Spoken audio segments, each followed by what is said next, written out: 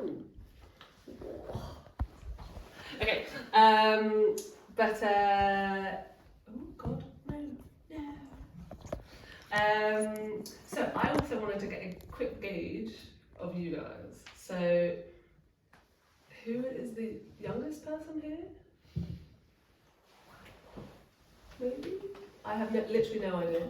How old are you? 13. 13. Anyone else 13? 13? 14? 15? 1? 16? 17? 1, 2, 18? 19?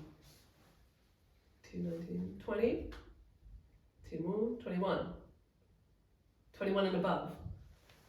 Hey. Okay, that's good for me to get a gauge, because I'm like preparing a talk, I'm like, I don't know who will be there. And so it's a little bit tricky to know exactly how to frame it, what to talk about, what will be relevant for you, what will be not relevant for you. But older than I expected, which is okay. Anyway, but yeah, so yeah, I was trying to think of what to talk to you about, what would be relevant. Yeah, and I think one of the hardest things of growing up, okay, I know not everyone here has grown up in the church, but growing up in a faith or developing a faith or understanding what it is, that's the hardest part, because you're trying to figure yourself out, who you are, what you like, what you don't like, what you want to do in your life, what you want to be, all of those kind of decisions, practical and otherwise. Also internally, like you're trying to develop your own character, figure out what your essence is, and then also on a religious dimension that not everyone else in the world has, right? Not everyone is religious, but that adds another element of your identity, right? Am I a religious person? Do I want to be a religious person? Do I want to be part of this? Do I like this? Do you know what I mean? So all of these things, understanding that, especially as a BC, because you're born into it, you didn't get to choose initially, right? So it's understanding that kind of identity you've been given and that heritage you receive. And if you have chosen it, it's understanding it more, right? What it means then for your life going forward, both internally but also practically. Okay? So it's like how to depict that and how to develop it so it matures, right? So it's not just on one level, on a one-dimensional level. Okay, so for me, I distilled it down to 3 core areas that I think are that for me are the base stones of our faith. Okay, so there's lots of faiths in the world, lots of beliefs, lots of religions, but for me these 3 things are what separate us, or what the difference is.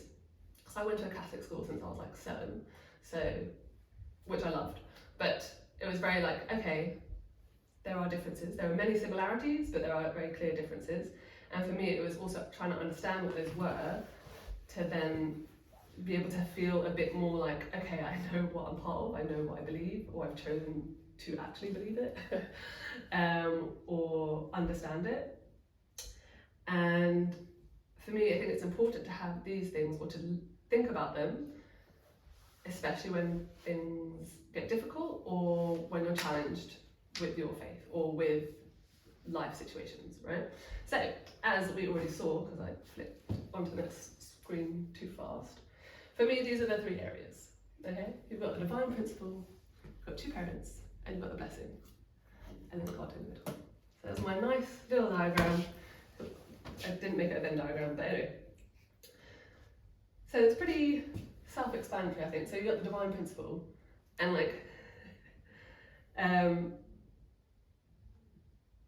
yeah, as I was saying, I think it's the core of our movement or our identity, and it's kind of foundational learning. When you go to a DP workshop, or you go to workshops in general, you go to church, you have 100k discussions, whatever. These kind of 3 things often come up. There are many other things, there's lots of things that your parents started, organisations, whatever, initiatives. But for me, these are the things that I I keep returning to even now to sort of root my life in, right? If I get confused about other things, or I get confused within the church, I root myself in these three things. Sorry, bear with me on my notes. Yes.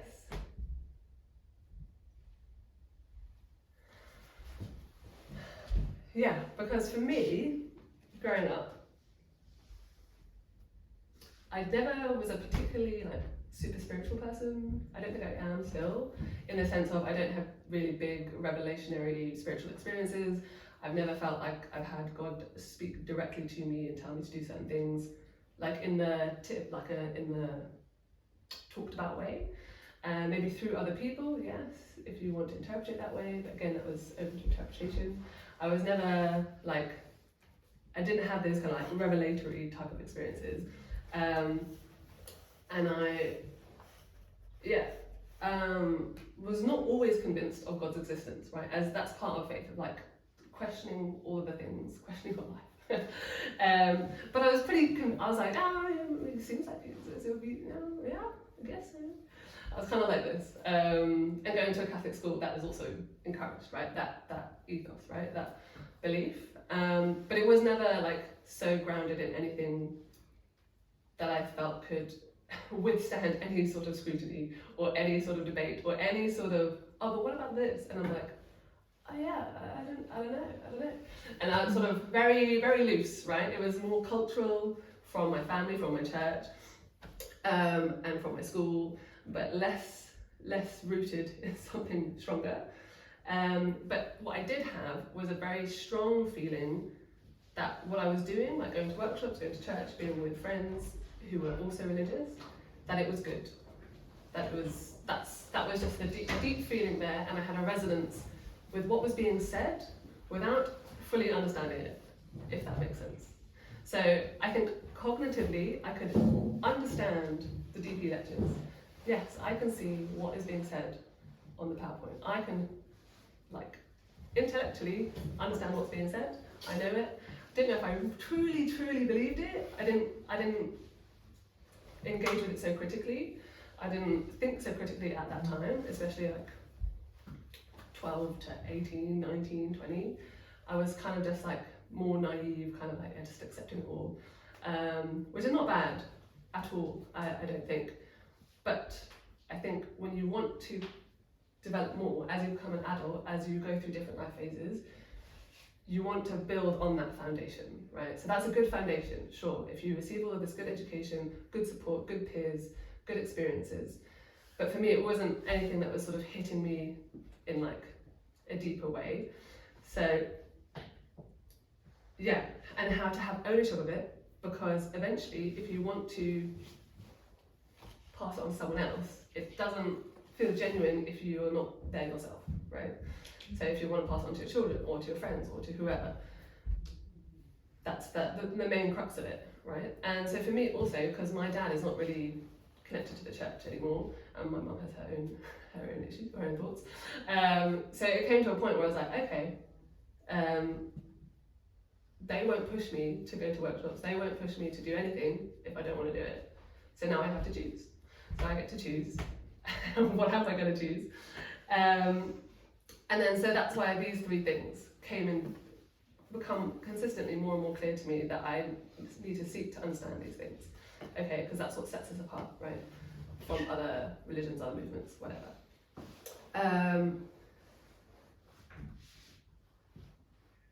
So for me, it started with, out of these three things, I had a base understanding of all of them. Cognitively, I understood. But for me, when it really hit, I was like, oh, okay, I have to now think about whether I do truly believe this and then want to live it, is when it came to the blessing, right? And I think that's quite common for a lot of people, because this is a very clear reality of that it determines who I get married to, right? So there's a very clear cut, okay, this will affect my life. Am I going to go to the blessing? Am I not going to go to the blessing? What do I think about the blessing? I understand the concept, you're getting married to someone else in our church. I get the concept, and the technical words of like the lineage and but it didn't truly sink. But that's where I started. So for me, it started from a lecture from Geros, who's another older VC, who has children who are now blessed in Europe. And he gave a really good lecture on like, he called it at that time God's treasures, but it was like basically about love, life and lineage. And for me that was the turning point. And I was already 19, so this is, for me, I think, I don't know, late for some people, but I think quite normal when you're sort of moving through teenage life and into young adulthood, right? This is the time when you're sort of thinking about these things. And so for me, that talk, it didn't, I didn't suddenly have like, oh my God, now I know everything, I understand. But for me, it was the spark of like, the beginnings of understanding of what it meant to be a BC and what it meant, like the beginnings of the understanding of lineage. And I think often that's a tricky concept for people to understand, because then the practical consequence of that dictates who you marry, right? If you look at it practically. So that's why for me that was the starting point, because that's a little bit more complex, I would say, but has very concrete practical reality. Who are you going to marry? So that's for me where my understanding started to deepen, because I took that very seriously. I was like, okay, even if I don't understand it fully, if I even think I might choose this path, then it means I don't do certain things now, right? It affects my behavior right now. So I was like, okay, I'm not 100% sure, and I don't really understand lineage, don't even really understand truly all the bits of the divine principle, but if this is an option that I want to consider, especially because my parents initially, they get sacrificed a lot to join the church. Okay, I want to understand it more. I don't understand everything, but I'll give it a chance. So that dictated what I chose to do, or what I chose not to do for a long period of time. And that, I think, can protect you well until you develop deeper understanding or more mature understanding of these different things. You can then not just follow the sort of guidelines and the rules, but sort of take ownership of like, okay, I get it, I'm going to choose this now, and I understand it a little bit more to help me in my life. Does that make sense? Okay, because the blessing is very much connected to your parents, because your parents brought the blessing, right? They were the first to get blessed, right? That was revolutionary in God's eyes. Never before has happened, right? So that's why true parents, to understand the blessing, you do need to understand who true parents are, right? And why our parents were the trailblazers to like, or first generation in general, to join and understand what it is, or like get on board with it.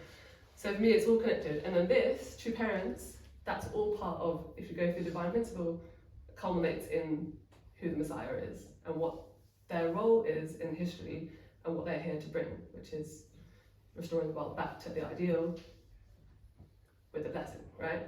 So it's all connected. Of course, I'm skipping out many other elements, but for me, that was the way I got to deeper understanding, right?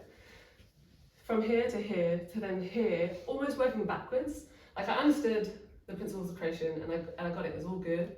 But for me, it helped to go through true parents from the back, like from restoration. Okay, going backwards, I understand. And they're trying to fix these things. It didn't work with Jesus, he was crucified. And then understanding the differences between other religions of how it shifted, right? They think Jesus came to die, all of these. So I was sort of working backwards my understanding. Not so linearly as that, and it wasn't always so clear cut. And that's not to say that I have a perfect understanding now, but for me, it was slowly maturing, and I could feel it being like, okay, yes, I do really, I get it now, I get it more. I get it enough that I do want to choose this, and so I'm going to work towards the blessing. I'm going to work towards building my relationship with God and true parents, because that's also part of the blessing, right? That's what makes it different to just any other secular marriage, right? Which are not bad, but there's a difference, right? So, for me, that was really important to go through these things. Sorry.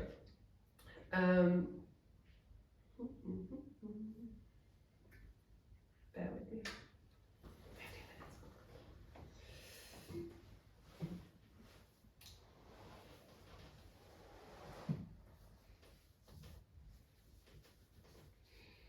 minutes. Yes.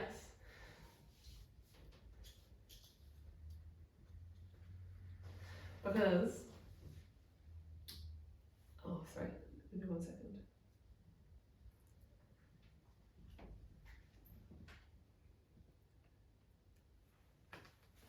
Yeah.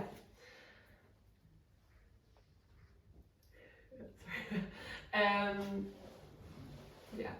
So we want to build on the foundational learning we receive, or that we have, and we want to develop it, deepen it, mature it, so that you can have more, get more of a grasp on these things, to then take responsibility or ownership over it, so that you can go into making those decisions going forward, like the blessing, like how you're going to live. Are you going to teach these traditions to your children? Don't know. Do you want to go to workshops? Don't know. You have to think about all those things. So I know for you guys that's maybe far away, but the blessing, less far away. So that's why for me it started that way, right? It started from that, learning more about that and understanding that.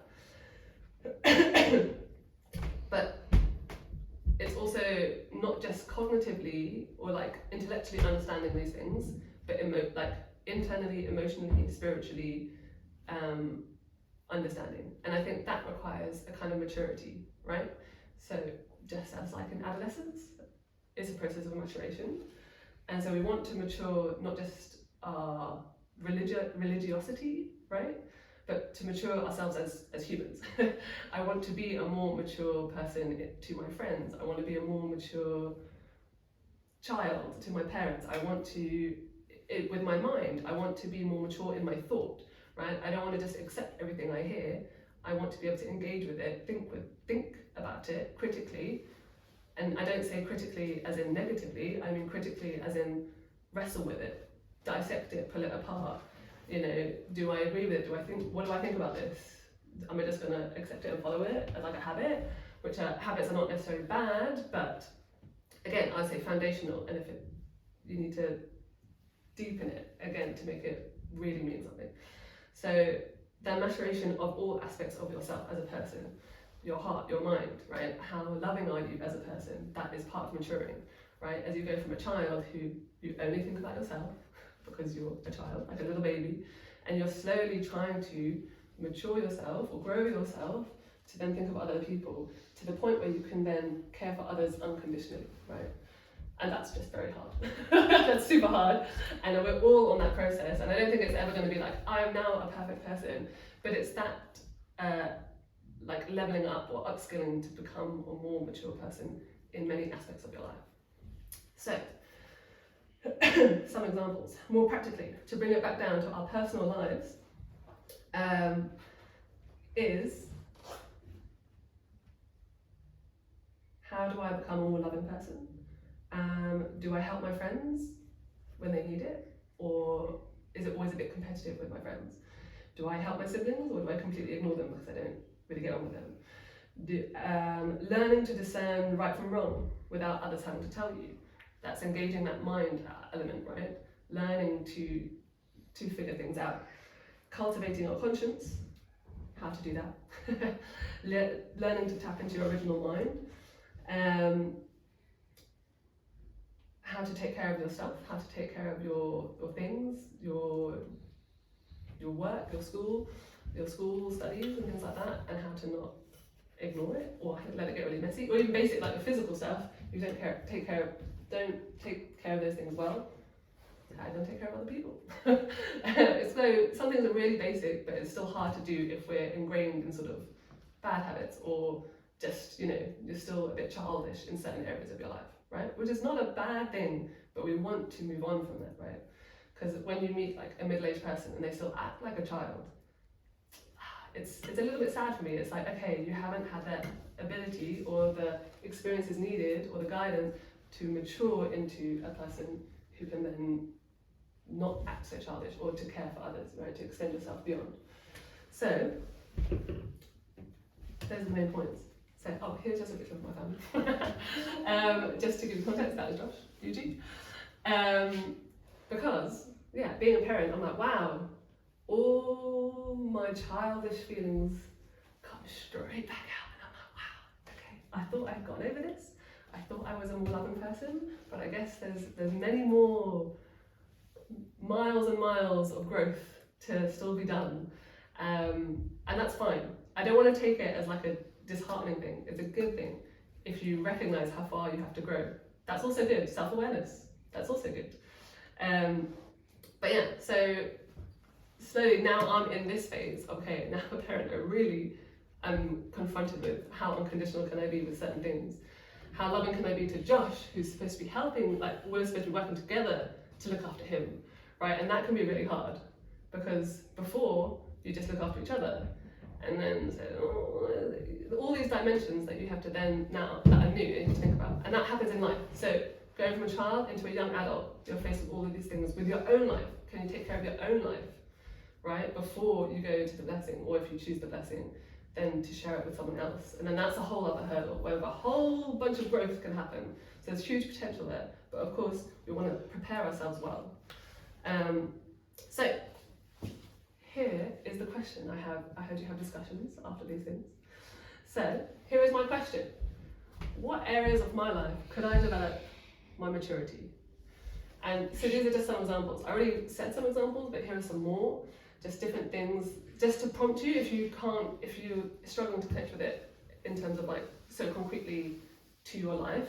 So I think the more specific you can be and the more personal you can be about your own life, the better it is, the more helpful it is. Otherwise it's a little bit theoretical, a little bit vague. Oh, I just want to be a more mature person. Okay, great. What does that mean? In your actual life. So maybe for you it's like, I struggle to be really honest with myself because I want to be really good. And so I'm in a bit of denial of some of the things that I need to work on. Maybe that's you. So that maybe honesty is something you want to work on. Or you can be honest with yourself in secret, with God in secret, but not with others, right? Or seeking to understand your parents more. That is a forever goal.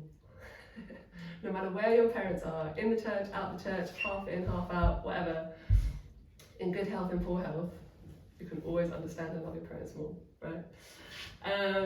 Changing your attitude towards school or studies. Some people, maybe that's a struggle point for you. Maybe you don't care at all, which is, okay. You do have to do something with your life. It doesn't have to be academia, but it has to be something, so you need to figure it out. So you don't want to not care at all.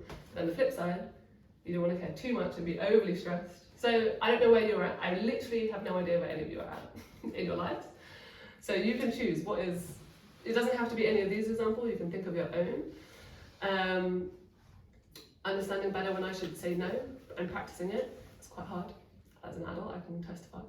To think about other people more, getting better at asking for help or for guidance, especially in difficult situations, not being embarrassed to ask for help, getting better at saying when you don't understand something when you're trying to learn, getting better at knowing when you do something for a good reason or if it's for more selfish reasons. Again, this is linking to the honesty thing. Am I doing this because I want to show off? Am I doing it because I want to show people how good I am? Or am I doing it because I think this is a good learning experience and I have something to offer, or I want to share something, or I want to develop here? And being able to take responsibility for yourself and what you do more. So these are just some examples I thought of, but please feel free to think of your own. And yeah, otherwise, thank you very much. And we'll